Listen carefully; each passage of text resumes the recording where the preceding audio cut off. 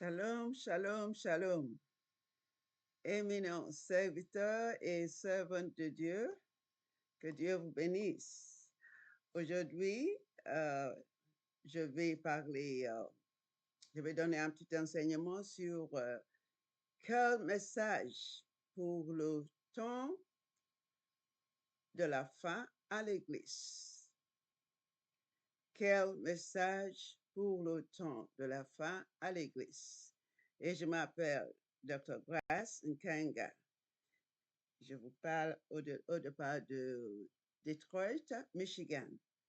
Que Dieu vous bénisse. Eh bien, on va commencer notre lecture aujourd'hui par la parole de Matthieu, chapitre 24, de 14 à 15. Matthieu, Matthieu 24, de 14 à 15. Jésus a dit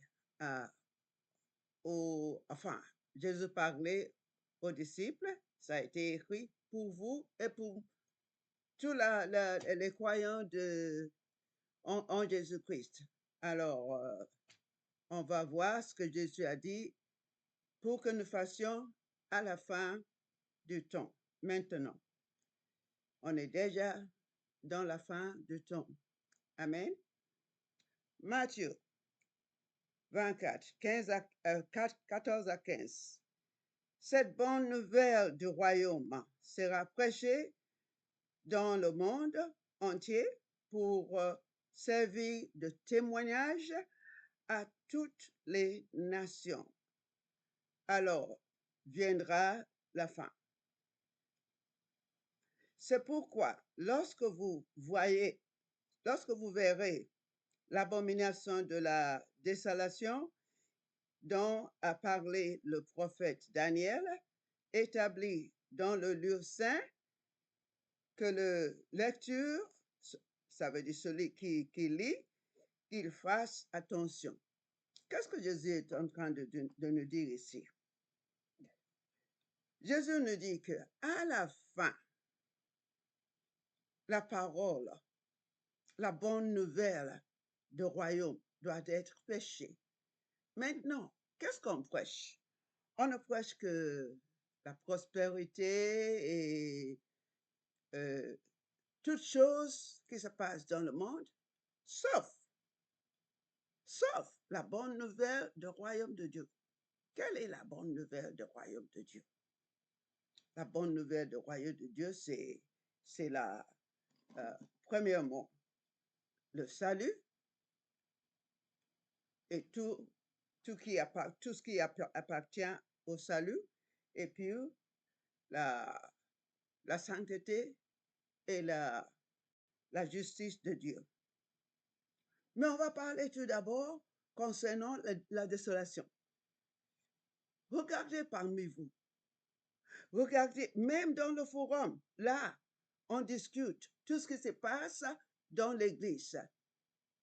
Toutes sortes de choses, sauf la bonne nouvelle du royaume de Dieu. Il y a des querelles, il y a des mensonges, toutes sortes de choses qui ne doivent pas se passer dans l'Église de Dieu, même pas parmi notre famille. Ce sont tous des abominations. Alors, ça vous montre que c'est la fin du temps maintenant. Alors, il faut faire attention. Il faut faire vraiment attention. Amen. Quand je lis les messages qui se passent, qu'on donne dans le forum partageant la parole, oh, je veux vous dire, sincèrement, c'est écœurant. Vraiment écœurant. Parmi les enfants de Dieu, parmi les serviteurs de Dieu, non, ça ne doit pas se passer comme ça. Non. C'est inacceptable. Si Jésus-Christ était ici, en personne, comme il était avec les disciples, les apôtres, qu'est-ce qu'ils vont nous dire? Qu'est-ce qu'il va nous dire? Non, non, non, non. Il va directement nous appeler des Satans, comme il a appelé Pierre.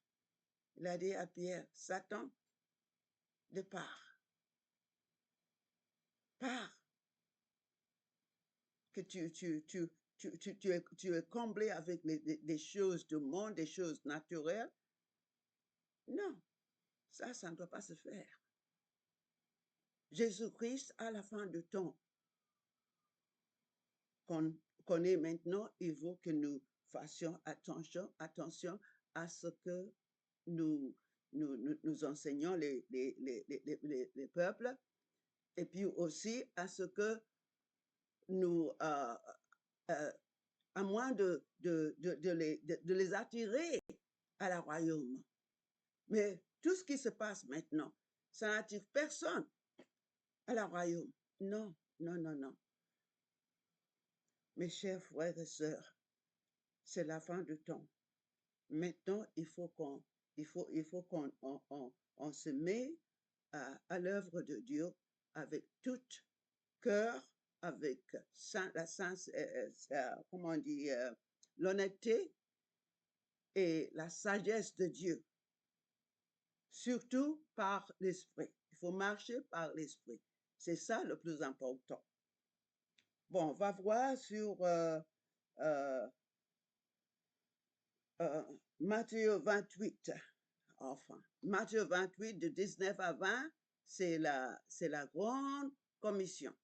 Mais là, la grande commission, pour l'instant, on fait la grande commission sans amour. Mais la grande commission, pour être effective, il faut qu'on le fasse, il faut le faire avec la grande commande. Quelle est la grande commande? La grande commande d'amour de Dieu et d'amour de nos voisins. Ça, c'est vraiment important. Sinon, la grande commission qu'on fait, c'est rien du tout. C'est rien du tout. Ça n'a rien à faire avec le royaume de Dieu. Là, on est juste en train de faire, d'amener les gens, amener-les à l'église, et c'est tout. Même pas les disciples, la disciple, comment dire, le disciple, non. Non. Il faut tout changer. Il faut tout changer. Merci. On va maintenant voir, on va lire dans le livre Matthieu 28, de 19 à 20.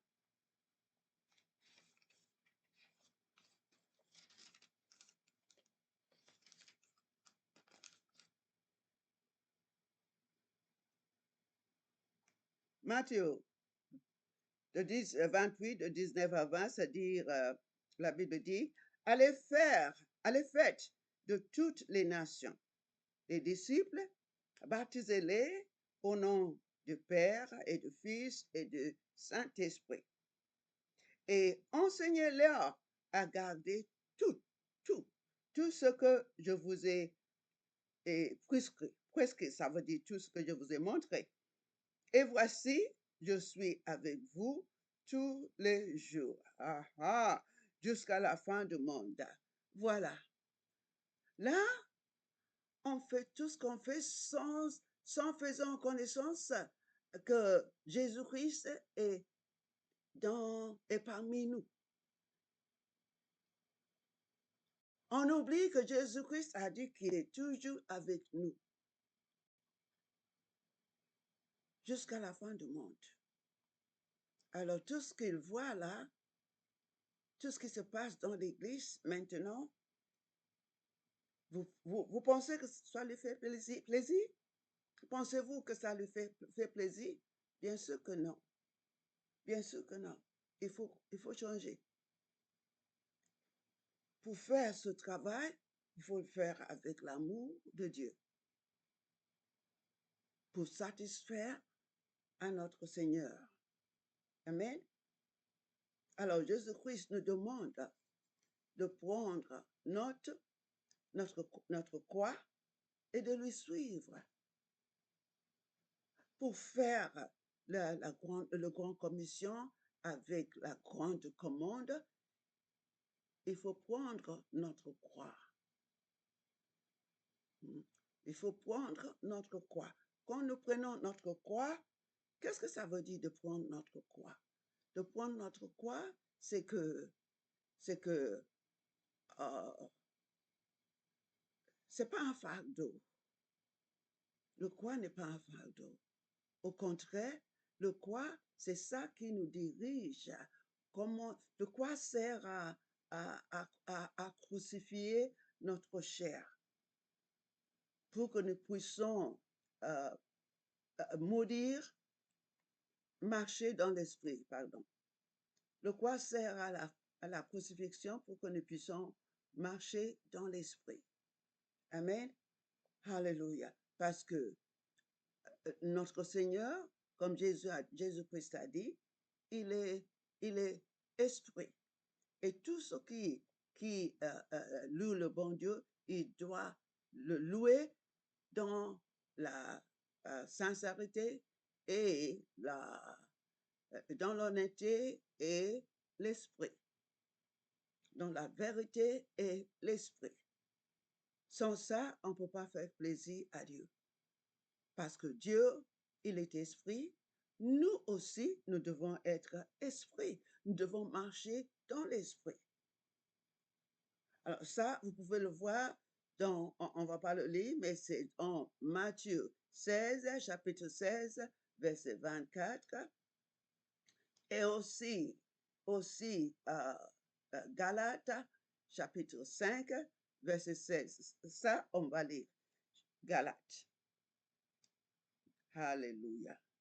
Parce que là, si le bon Dieu, il est esprit, le bon Dieu est esprit et nous marchons dans la chair, ça veut dire que puisque nous marchons tout droit comme ça à droite, l'esprit de Dieu est là, tout droit. La chair et l'esprit, ça ne peut pas se connaître. Non, parce qu'il se bat tout le temps. La chair et l'esprit se battent tout le temps. Amen. La chair et l'esprit se battent tout le temps. Alors, il faut vraiment crucifier la chair pour que le Saint-Esprit puisse agir dans notre corps. Amen. Sinon, nous faisons attention à ce que la chair dit. Nous agissons et nous vivons suivant la chair. Ça n'a rien à faire avec l'Esprit de Dieu. C'est pour ça que Paul nous dit de marcher dans l'Esprit. Galates chapitre 5, verset 16. La Bible dit ici, je dis donc, c'est Paul qui parle là, je dis donc, marchez par l'Esprit et vous n'accomplirez point les désirs de la chair. Voilà, si on marche dans l'Esprit, la chair ne peut rien. La chair est tuée, car la chair a des désirs contraires à l'Esprit. Et l'Esprit, on a de contraire à la chair. Ils sont opposés l'un à l'autre. Amen. Afin que vous ne fassiez pas ce que vous voudriez faire. Alors, si on marche dans l'esprit, c'est parce que Dieu, il est dans l'esprit. Et là, on pourra faire sa bonne volonté. Mais si on marche dans la chair, on est ennemi. Nous sommes contrariés à Dieu. Parce que la chair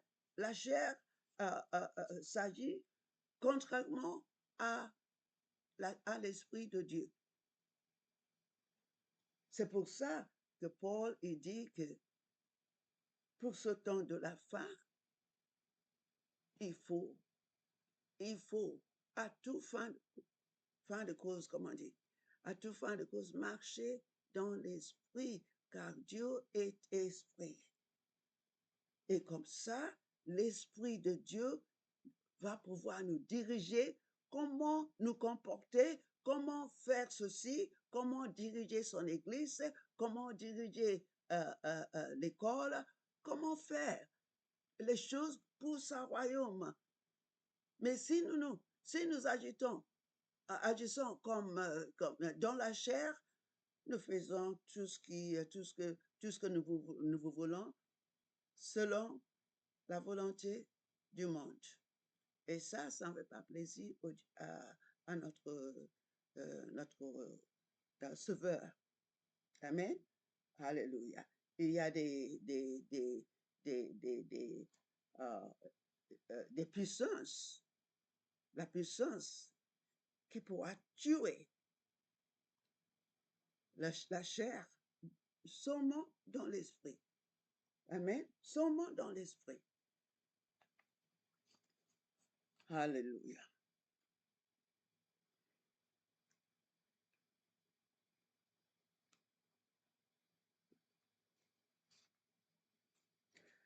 La puissance de l'Esprit de Dieu nous donne la grâce pour pouvoir dominer le péché. Et en marchant dans l'Esprit, dans la présence de Dieu, et aussi dans la nature de Dieu, nous sommes transformés dans l'image de Jésus-Christ. Pourquoi ça? Parce que le Saint-Esprit, il tue le chair si nous suivons les directions du Saint-Esprit. Il tue la chair. Amen. Et puis il nous donne la puissance de pouvoir résister la chair. Sans le Saint-Esprit, nous ne pouvons pas résister notre chair. Parce que notre chair, oh là là, qu'est-ce qu'elle est, elle est têtue. Notre chair est têtue, juste comme le Satan. Le Satan est têtu. Il fait comme s'il n'entend rien. Très désobéissant. Très, très désobéissant. Alors, c'est nécessaire, mes chers frères et sœurs, de marcher dans l'esprit. Regardez parmi nous maintenant. Si je marche dans l'esprit, je ferai la volonté de Dieu. Si vous marchez dans l'esprit, vous ferez la volonté de Dieu. Mais si vous faites la volonté, vous vivez comme la chair, vous suivez votre désir, votre émotion, vous ne pouvez pas faire plaisir au Seigneur. Ça, c'est impossible. Parce que notre Seigneur, il est esprit. Hein, et parce qu'il est esprit, il nous donne des choses spirituelles qui se passent dans son royaume. Et là, le royaume de Dieu, disons, nous ne connaissons pas le royaume de Dieu. Nous sommes ici, dans la terre, dans le monde.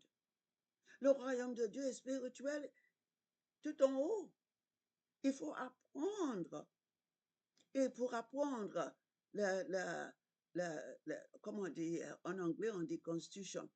Pour apprendre la loi et ce qui se passe dans le royaume de Dieu, il faut suivre le bon Dieu. Il faut suivre Jésus-Christ qui nous a montré le chemin. C'est pour ça qu'il était venu. Il était venu pour nous montrer le chemin et comment pouvoir entrer dans le royaume de Dieu.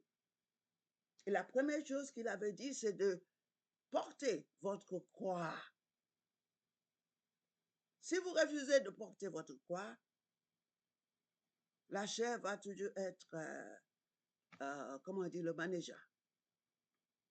Mais Si vous décidez de tuer la chair, de crucifier la chair, de modifier la chair, comme Paul a dit, l'Esprit de Dieu qui est en vous va vous diriger maintenant, suivant la volonté de Dieu, parce que c'est l'Esprit en vous, en moi, qui connaît le désir et la volonté du Seigneur. Personne d'autre pour comprendre. C'est seulement l'Esprit. Alors, si nous marchons dans la chair, il y a des querelles, il y a des bavades qui sont pas bons. Comme on dit en anglais, on dit backbite. Et puis on se tue l'un et l'autre avec notre bouche. Mais non, ça ne peut pas marcher comme ça. Pour la fin de temps, c'est nous préparer pour être mariés à Jésus. Et pour être marié à Jésus, il faut être il faut avoir sa caractère. Et pour avoir la caractère de Jésus, il faut être dans l'esprit, mes chers frères et sœurs. Il faut être dans l'esprit. Il faut marcher par l'esprit. Sans ça, ça ne va pas marcher. Hein? Voilà que Jésus, il cherche que nous ayons l'image de son Fils.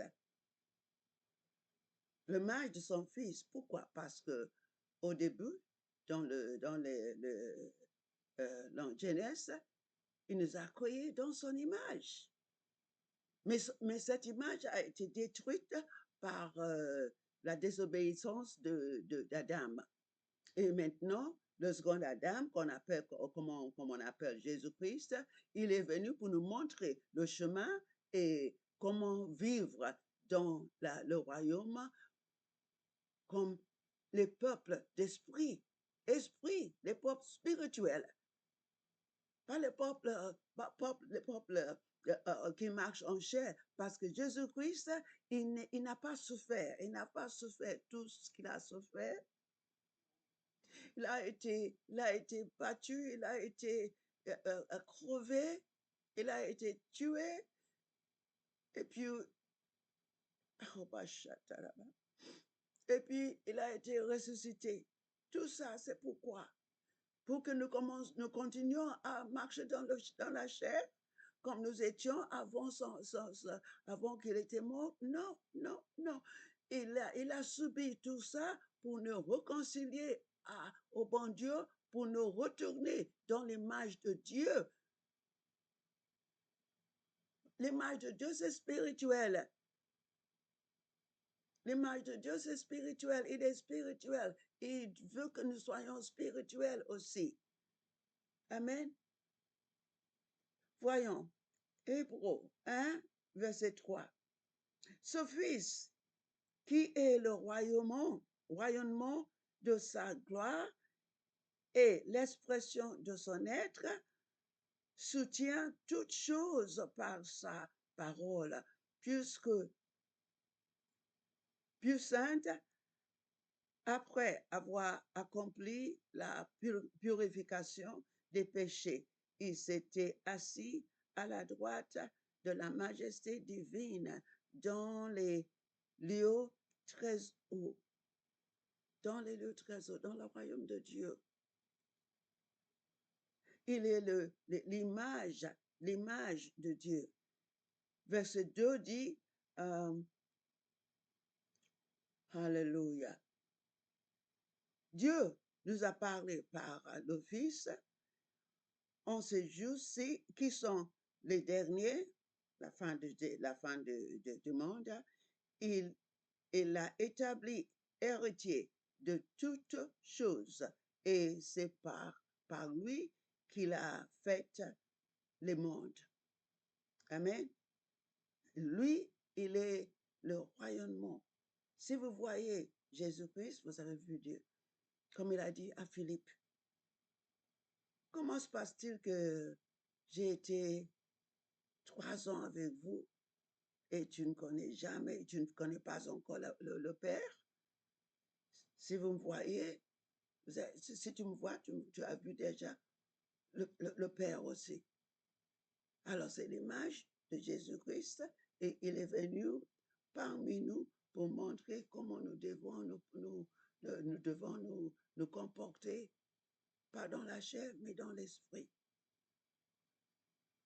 Amen. Alléluia. Alléluia. On va regarder dans Ephésos 4. Alléluia. Ephésos 4.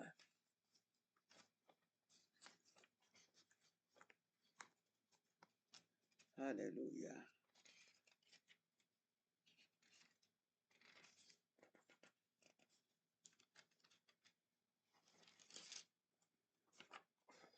Ephésos. Non, ça c'est Galate.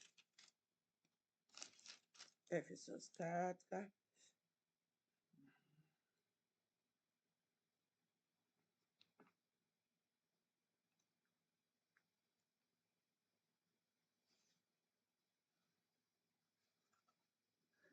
Ephésos 4, verset 23 jusqu'à 24. Alléluia. Non, non, non, non. Je vais commencer par verset 2, verset 22. Ah, ça ne marche pas là. 20, verset 20. Mais vous, ce n'est pas ainsi que vous avez appris. Au contraire, le Christ, si du moins vous avez entendu parler de lui, et si vous avez été instruit en lui, conformément à la vérité qui est en Jésus, c'est-à-dire vous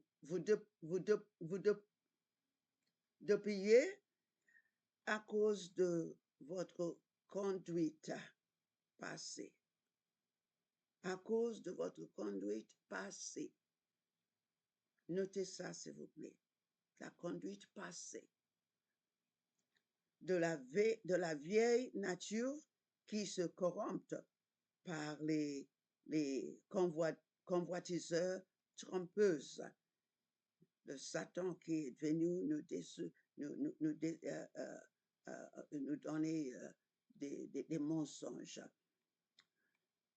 Vous êtes renouvelés par l'esprit dans votre intelligence et revêtis à la nature nouvelle, créée selon Dieu dans une justice et la sainteté qui produit la vérité. Ça veut dire que maintenant, nous devons renouveler notre intelligence.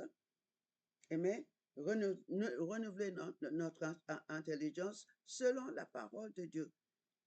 Comme nous entendons la parole de Dieu, nous agissons suivant, selon la parole. Il faut obéir la parole. Et en obéissant la parole, la transformation vient petit à petit, petit à petit. Parce que si vous décidez d'obéir la commande qui dit de pardonner celui qui vous a offensé, si vous obéissez ça, par contre, votre chair, il faut faire il faut pas, oui. Quelquefois, il peut dire, je pardonne, mais je ne peux pas oublier. Par contre, l'esprit vous dit, pardonne et oublie tout. Jetez dans la rivière comme Dieu a fait. Amen. Quand on fait ça, quand on obéit la parole de Dieu, ça renouvelle notre pensée, ça renouvelle notre intelligence. On ne fera plus, on sera plus obéissant à la chair. On sera plus obéissant au diable. Parce que là, la chair, je vous dis sincèrement, en anglais, on dit, is the workshop of the devil. C'est là que le Satan travaille. Le Satan travaille à partir de notre chair. Et comment pouvez-vous marcher dans le chair? Qui est les œuvres, qui sont les œuvres de Satan? Et vous voulez dire que vous savez Dieu? Non, c'est pas possible. C'est pas possible, il faut changer, il faut renouveler. Et puis Paul, il dit aussi de nous revêtir du nouvel homme. Le nouvel homme, c'est Jésus-Christ. Alors, c'est de nous revêtir avec le caractère de Jésus-Christ. Si nous nous revêtissons avec le caractère de Jésus-Christ, ce sera l'esprit qui nous dirigeons de marcher, hein, comme Jésus-Christ a marché. Amen. Sinon, on va avoir des problèmes, même avec nous-mêmes, avec notre vie. Si moi, je ne change pas, si vous ne changez pas, si vous ne tuez pas la chair, par contre, Jésus-Christ est en moi, comment ça va se passer? Mon esprit, il dit une chose, ma chair, mon émotion et les désirs, la volonté disent tout à fait au contraire. Non, non, non, non. Alors c'est, comment on dit, c'est la bêtise. Vraiment, c'est fort là. C'est fort. L'esprit dit ça, votre chair dit une autre chose. C'est fort là. Il ne faut pas suivre ça. Il faut suivre tout simplement ce que dit le Saint-Esprit. Amen. Alléluia. Alléluia. Là, on va lire le livre de Romains, verset 1 et on va lire le livre de Romains, verset 1 à 2, et je vais vous montrer quelque chose. C'est vraiment important de vivre et marcher dans l'Esprit de Dieu. En Romains 8, versets 1 et 2, je dis là, c'est impératif de vivre et marcher dans l'Esprit. Absolument, absolument. Impératif. Alléluia. Romains 8, 1 et 2.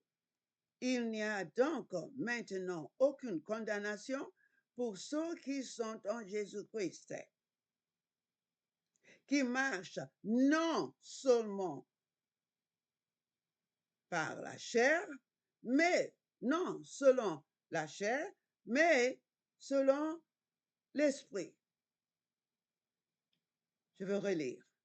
Il n'y a donc maintenant aucune condamnation pour ceux qui sont en Christ, qui marchent non selon la chair, mais selon l'esprit. Ça, c'est important. C'est impératif. Par contre, maintenant, qu'est-ce que j'entends l'Église et les prêcheurs quand ils prêchent? Qu'est-ce que vous entendez vous-même? Ils disent tout simplement, il n'y a donc maintenant aucune condamnation pour ceux qui sont en Jésus-Christ. C'est tout. Non, c'est pas complet. Et ça, c'est au contraire. Ça ne veut pas dire que si vous êtes en Jésus-Christ, vous n'êtes pas en condamnation. Non, c'est pas ce que dit la Bible. La Bible dit qu'il n'y a aucune condamnation pour ceux qui sont en Jésus-Christ, qui marchent dans l'esprit. Mais pour ceux qui ne marchent pas dans l'esprit, ils marchent dans la chair, et il y a la condamnation, mes frères et sœurs. Ça, c'est vraiment important et c'est impératif. L'Église a été vraiment, l'Église a été vraiment déçue par ça. Sincèrement. Il faut prendre. Comment pouvez-vous vous dire que je suis en Jésus-Christ? Vous êtes en Jésus-Christ. Jésus-Christ, il est esprit. Vous et moi, nous sommes des humains. Et vous me dites qu'il n'y a pas de condamnation? Hein? Tandis que je marche contrarié à Jésus-Christ, à l'Esprit de Dieu. Non, non. Relisez ce que dit Paul, l'apôtre Paul. Relisez ce que dit l'apôtre Paul. Nous n'avons pas compris ce qu'il est en train de nous dire. C'est pas tout simplement entrer dans Jésus-Christ qui nous ôte de la condamnation. Non. Ce qui nous ôte, ce qui nous libère, c'est de marcher dans l'esprit. Amen. Amen. Jésus-Christ il n'est pas mort pour nous libérer et que nous continuions dans l'ancienne vie. Non, au contraire, il est mort et ressuscité pour nous rendre dans son image.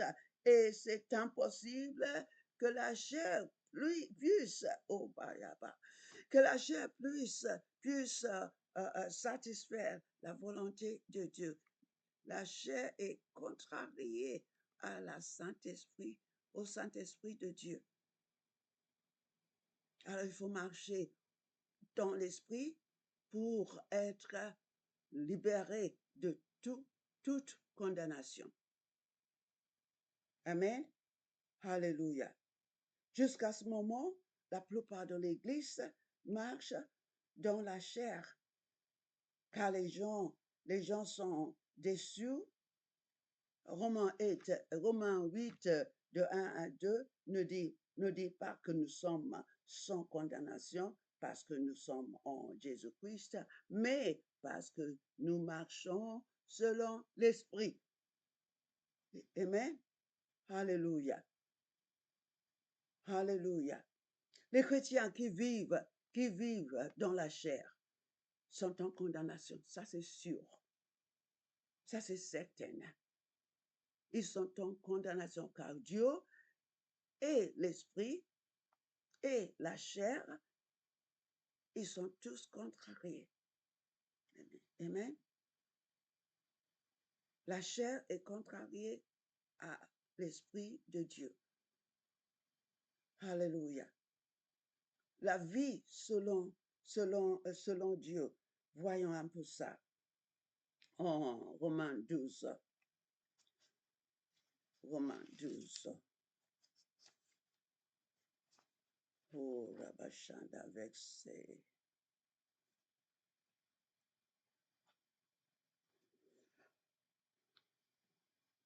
Alors, Romains 12, verset 1 à 2. Paul, il dit, je vous exhorte donc, frères, par les compassions de Dieu, à offrir vos corps comme un sacrifice vivant, saint, agréable à Dieu, ce qui sera de votre part un culte raisonnable. Ne vous conformez pas au monde présent, mais soyez transformés par le renouvellement de l'intelligence, afin que vous discerniez quelle est la volonté de Dieu, ce qui est bon, agréable et parfait. Ça, c'est important, mes chers frères et sœurs. On avait déjà parlé de ça. Le Saint-Esprit, quand nous marchons dans l'Esprit, nous sommes transformés de l'image, de l'ancienne image, l'image humaine. Nous sommes transformés dans l'image de Dieu, l'image de Jésus-Christ qu'on a été montré dans Hébreux 1, verset 3. C'est comme ça que nous serons préparés pour être la femme de Jésus-Christ, parce que la femme de Jésus-Christ ne peut pas être dans la chair. Par contre, Jésus-Christ, lui, il est dans l'esprit. Pour la transformation, ce que nous devons, le message que nous devons prêcher à la fin du temps, comme on est maintenant, c'est la transformation à partir de la vieille image humaine à l'image de Dieu qui est esprit. Et il faut assurer que non seulement on prêche, on entend, mais d'agir comme nous prêchons. Ah, j'ai entendu beaucoup de pasteurs, des prêcheurs qui disent, ils prêchent une chose, mais ils font tout à fait le contraire. Alors, ça veut dire, il prêche aux gens, mais il ne se prêche pas à lui-même. Ça, c'est inacceptable. C'est inacceptable parce que nous donnons aux gens ce qu'il y a en nous. Bien que vous parlez, bien que vous enseignez la vérité, et vous faites le contraire, c'est ce qu'il y a en toi, en vous, que vous allez donner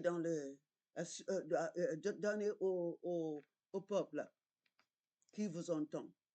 Parce que là, ce que je sors, comme je parle là maintenant, il y a un esprit, il y a l'esprit de Dieu qui parle. Ça peut être l'esprit de Dieu ou ça peut être la chair. Et si je parle dans l'esprit de Dieu, c'est l'esprit de Dieu qui va donner l'onction.